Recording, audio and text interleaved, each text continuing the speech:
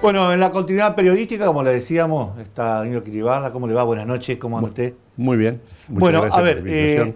el tema tiene que ver con lo que ha ocurrido en las últimas horas, últimos días, en Rosario y Santa Fe. Puntualmente esta iniciativa y algunas concreciones, como la ordenanza en Rosario de esto de la paridad de género para las próximas elecciones. En Santa Fe, la idea de declarar la autonomía municipal a través de una ordenanza. Esto, bueno, ha generado algunas discusiones, algunos planteos y también reuniones en el Consejo. Usted como constitucionalista, ¿usted cree que esto realmente se puede viabilizar a través de una ordenanza? Sí, primero no soy constitucionalista. En el ejercicio de profesión ejercí fundamentalmente el derecho penal. No, pero pará.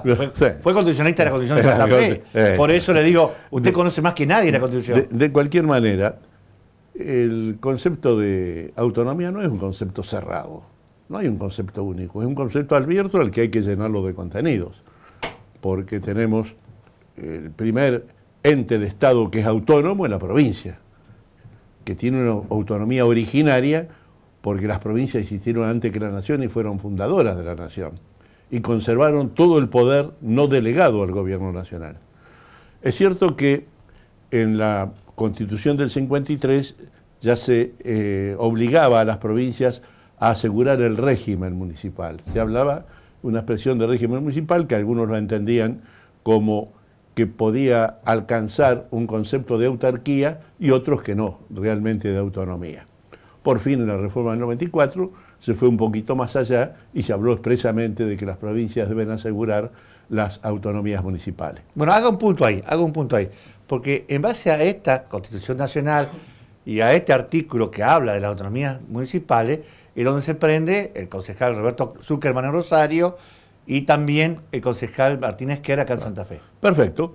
La primera discusión que se planteó en Santa Fe por los distintos sectores políticos es si la Constitución, con las reformas del 62, la Constitución provincial, impedía legislar sobre autonomía municipal. No sé de dónde sacaron ese argumento, porque la Constitución provincial en el 62 incorporó hasta en el preámbulo lo de afirmar el federalismo provincial y el régimen municipal. No empleó la palabra autonomía, pero empleó la palabra régimen municipal. ¿En qué consiste la autonomía? En que el gobierno pueda dictarse normas de autogobierno, es decir, que pueda gobernarse por sí mismo. Si repasan los textos de la Constitución provincial, artículos 106, 107, 108, creo que por ahí están, habla de que todo grupo de población que tenga capacidad de autogobierno puede gobernarse por sí mismo y dicta sus propias disposiciones. La Constitución provincial impone, sí, algunas limitaciones, concretamente sobre el régimen municipal. Exige que el gobierno municipal esté ejercido por dos órganos, uno ejecutivo y otro deliberativo. El ejecutivo, al que nombra como intendente municipal, y el deliberativo, los consejos municipales. Es decir, que cualquier régimen autonómico tendría esos límites, tendría que respetar eso. Segundo, establece por primera vez a partir de 1900 que el intendente sea elegido por el voto popular. ¿Por qué? Porque hasta entonces era designado por el gobernador. Claro. Esto se interrumpió de alguna manera en la llamada reforma del 21, que algunos creo que erróneamente dicen que fue una reforma constitucional que fue vetada por el gobernador Mosca. Los gobernadores ni promulgan ni vetan las constituciones, las juran y la cumplen. Ocurrió en aquel entonces que se armó una discusión doctrinaria sobre las facultades que tienen los cuerpos constituyentes para ampliar por sí mismos los plazos fijados por la ley del cumplimiento de sus mandatos. En aquel entonces creo que se había fijado por la ley provincial que declaró la necesidad de reforma un plazo de 120 días, creo. La constituyente se constituyó, se le venció el plazo y por sí mismo se lo prorrogó por 30 o 60 días más. El gobernador Mosca, cuando recibe las conclusiones de la constituyente, declara no válidos todos los actos emanados después del vencimiento del plazo.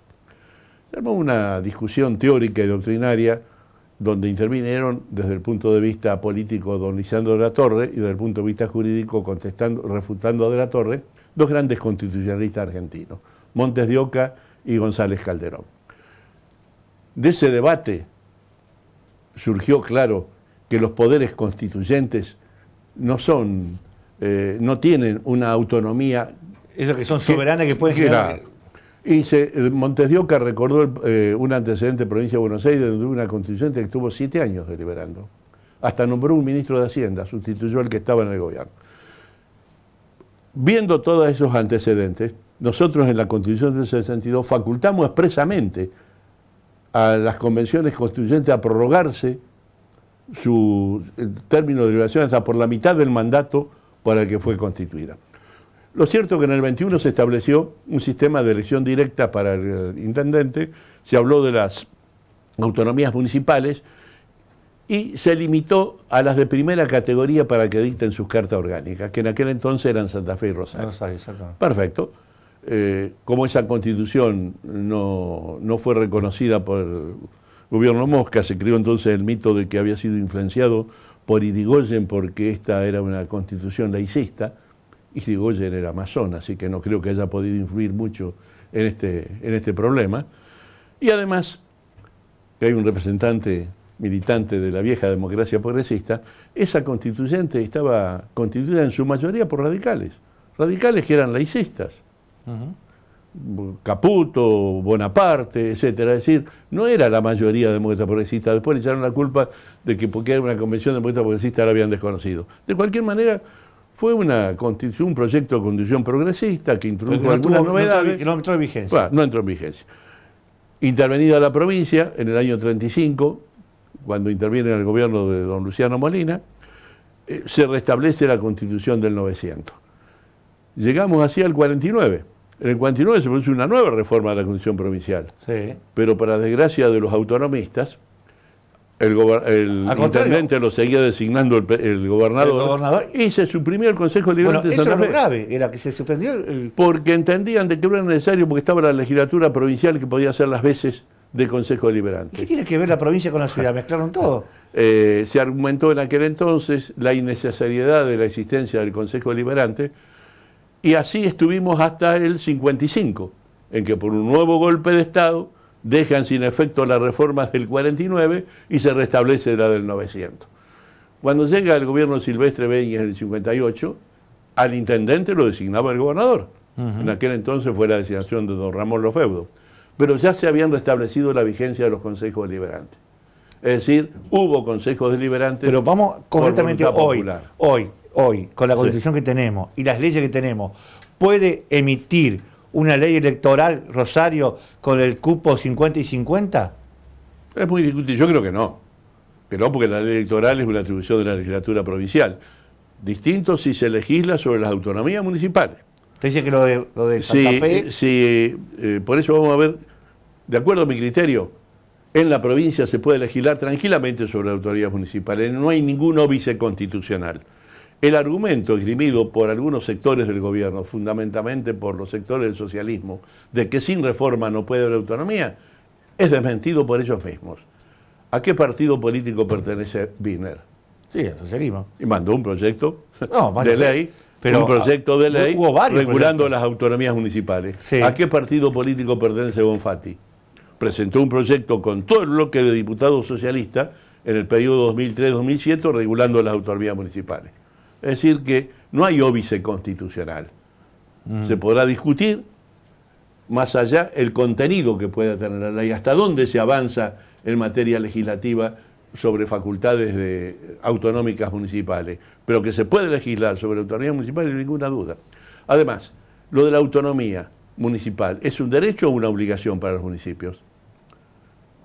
¿Todos los municipios están obligados a dictar su carta orgánica o solamente aquel que quiera aceptar ese régimen? Pero a ver, en su momento únicamente estaba Santa Fe y Rosario. Santa Fe y Rosario. Ahora te dice que puede ser cualquiera, puede... Por ley puede. El proyecto que elaboramos nosotros, que creo que lo presentó Egiman acá, habla de autonomía para todos los municipios, sin hacer distinción de categorías.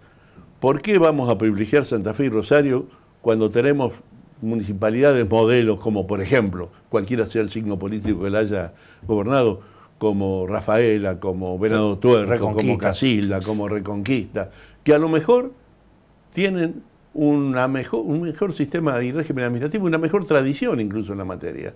Así que usted, para usted entonces, es para todas. ¿Usted cree que entonces hoy, habiendo una ley, con una ley alcanzaría sin reforma? Para todos, sin reforma de la Constitución. Pero, a ver, pero por ordenanza no. No, por ordenanza no puede, porque el régimen municipal, la legislación sobre el régimen municipal está en las facultades que tiene la Constitución provincial. Entonces, la iniciativa de Martín Ezquerra entonces estaría, digamos, no tendría viabilidad. Claro. ¿Qué ocurre? ¿Cuál es el argumento que esgrimía el concejal de Rosario? Pero hay una mora legislativa. Perfecto. Ya dimos un paso adelante. No hay mora constitucional, sino en todo caso legislativa. ¿Se puede acudir por una vía judicial de amparo ante la Corte Suprema de Justicia de la provincia para que le fije plazo a la legislatura para que regule esa materia? Yo creo que sí, tranquilamente. Sí, lo que Zuckerman dice, no para podrá la Corte dictar una norma reglamentaria. Pero que sí, como ha ocurrido en otros casos. Por ejemplo, en el orden nacional, un caso Berbisky contra pero tenemos los presos. Tenemos los presos, que no podían votar los presos sin condena, y la Corte le fijó, instó al Congreso de la Nación para que dicte las medidas adecuadas para poner en vigencia. Yo creo que el proyecto de Roberto Zuckerman es provocativo, es decir, lo que está buscando él es, yo genero esto, y si alguien presenta una lista que no está de acuerdo, que la justicia electoral o la Corte decida si está bien o está mal. Mire, parece una bravuconada que sirve para incentivar a la tropa, pero no para ganar la batalla. Muy bien, me quedo con esa frase. Gracias por haber venido. No, faltaría más.